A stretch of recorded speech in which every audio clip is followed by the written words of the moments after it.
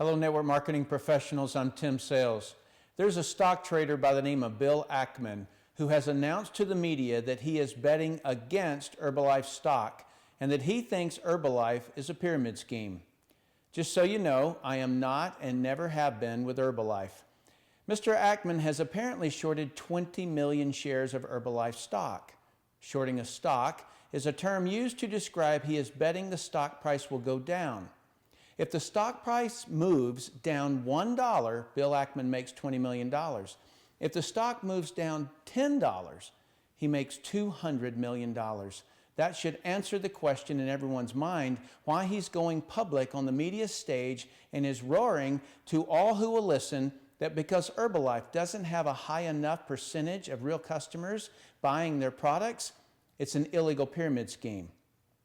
And he's also claiming that Herbalife preys on the financially unsophisticated. He's saying that he is trying to save the victims in Herbalife that can't save themselves. There's 3 points that I want to make. Point 1, I'm sorry to doubt Mr.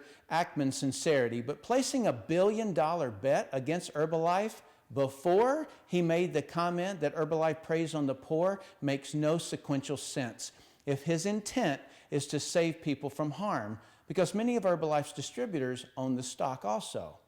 Perhaps had he opened an Herbalife Poor People Foundation and pledged the profits that he and his company, Pershing Square, earn off the drop of Herbalife stock, then maybe I'd believe he truly cared about those poor Herbalife victims. Point 2. Mr. Ackman claims Herbalife doesn't have a high enough percentage of products that move to real consumers, therefore it must be a pyramid scheme. The thing I want everyone in the network marketing industry to understand is that a stock trader, including Mr. Ackman, has 0% of their profits that come from real products sold to a real consumer.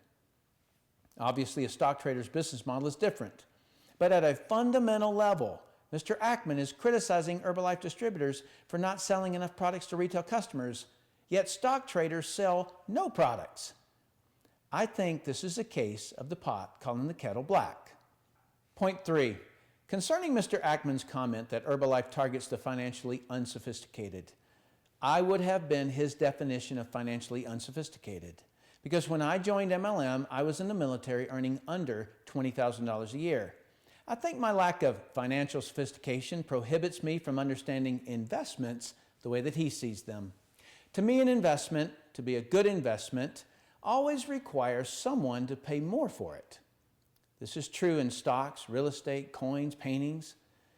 When there are no more people willing to pay a higher price, the price of the investment collapses and everyone other than the sophisticated trader who sold out at the top loses some or all of their money.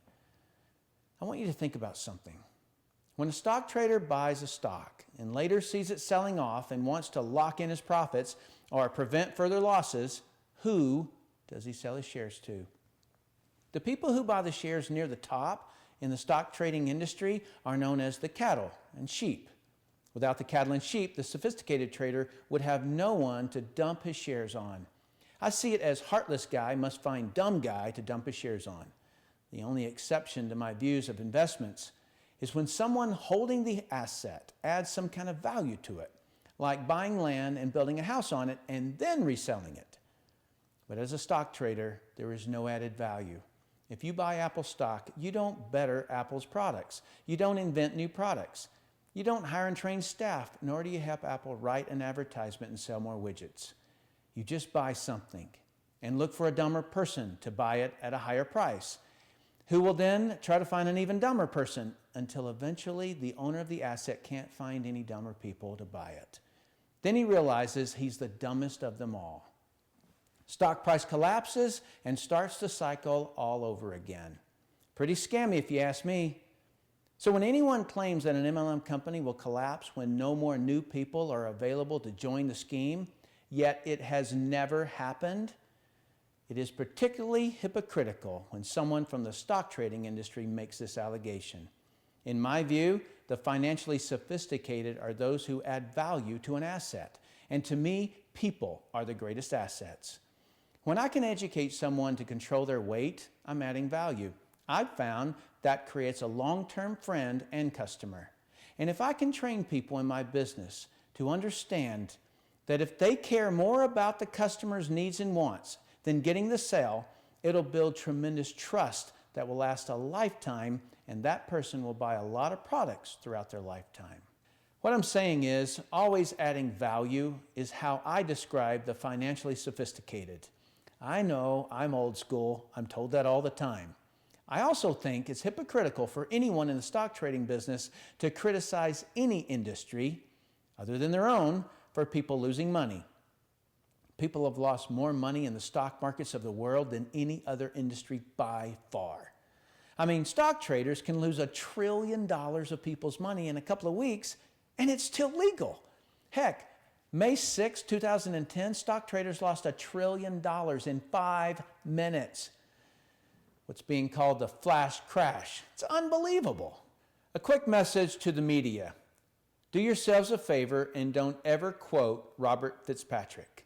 He destroys your credibility. He is not an expert on pyramids, as he claims. He is an MLM critic, which is very different than an expert. He hates and is obsessed with anyone who succeeds in MLM because he failed at it. That he won't accept MLM as being legal, he has total disobedience and disregard for established law. Every problem in the industry that he brings up, I could discredit with undeniable facts in seconds.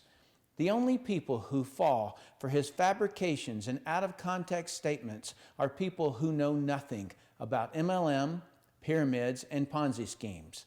As an example, he stated on CNBC that 96% of people in MLM don't succeed or don't make their money back. That was deceptive, and he knows it. He didn't factor in people who upgrade from customer to distributor so they can get the products at wholesale. He also doesn't compare that statistic to any other comparable industries. Mr. Fitzpatrick should become an advocate of something instead of a critic of something. Start an industry where 96% succeed in it, and maybe I'll join you. Journalists in the media need to understand something.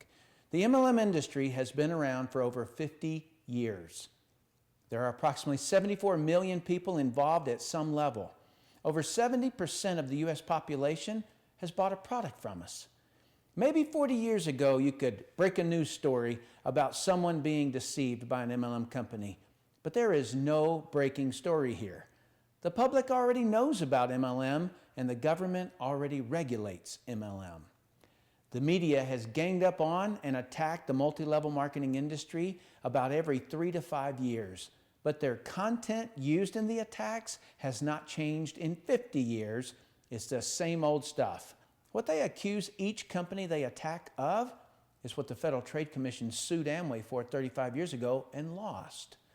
One of the facts that came out of that suit, which is never mentioned in the media, was that Amway proved that people lower in the ranks did in fact make more money than people higher in the ranks. When you know this fact, it's impossible to attach the word pyramid to the MLM structure. Because a pyramid scheme is each level earning less. Therefore, the people at the top are making all the money. And in MLM, I don't know a single company, and I know hundreds, where the first person in the business is making the most money. Also, if you're in the media and give a statistic of the MLM industry, please compare it to a similar industry. Otherwise, it becomes very obvious you're writing a biased story. My point is, between the media attacking and the government regulating us, if we had any skeletons in our closet, they've been sitting on the front porch for 50 years, and the government has already regulated those behaviors. So journalists, there's only one media story left to tell about the MLM industry. How can an industry so heavily regulated and so unfairly attacked continue to grow? We're not hurting people in MLM any more than any other industry is hurting people. In a large survey of people active and not active in our industry, it was found 91% of direct sellers had their expectation of a business met or exceeded. So the majority of our people are happy. If that same person who started in MLM instead started selling real estate or insurance, or started trading stocks, started an internet business, started a diet, or started trying to quit a bad habit. Just as many people would fail. Since no one else is willing to confront the elephant in the room, I will. The overwhelming majority of everyone fails at everything. That is fact, and it sucks. The reason that I am in the multi-level marketing industry and in no other industry is because, at least in our industry, there are a minimum of 3 to 4 levels of people who have a financial interest in this person's success. And to that end, we do countless training meetings to educate them. We do social events that increase their perseverance. We even stack new people and customers under them to increase their confidence and their bonus checks. You will not find a more selfless group of leaders anywhere. I was one of those who probably would have failed had I not had that kind of support. So I am forever indebted to this industry. MLM is not a perfect industry, and I have never claimed it to be so. But when I compare each industry that someone could earn good money in, be it franchise, be it traditional business, be it stock trading, MLM always wins because of the lower startup costs and infrastructure of support and training. I want the MLM industry better than it is now. I'm working on training methods and techniques to better the statistics of us.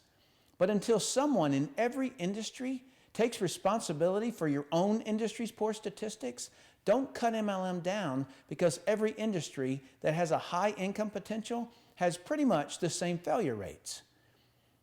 Truthfully, I don't have anything against the stock trading industry or investments. If everyone in your industry knows the rules of engagement, go at it.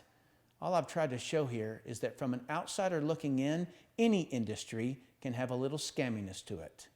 It's no different in MLM. We're not trying to deceive or scam anyone. To all network marketers, support Herbalife. Don't criticize them. Also, get a lot of customers. As you can see, by not doing so, it opens us up for attacks. To Herbalife distributors, don't you dare let the Wall Street fat cats derail your business. What Bill Ackman hopes is that the media attack he has delivered on Herbalife will cause you to reduce your efforts. If you reduce your efforts, Herbalife might not earn as much profit as they did last quarter, which could cause the stock to drop. Not because of Ackman, but because you got scared and reduced your efforts. Your CEO, Michael Johnson, is a great leader, worthy to follow. This media phase will end, I promise. I've been through it. So double and triple your efforts. Sell more products than you've ever sold before. Train others to do the same, and have the best quarter Herbalife has ever had. And if you do this, you will punish the short sellers in your stock. If Herbalife stock goes up $20, Mr. Ackman loses $200 million. Now, wouldn't that be fun?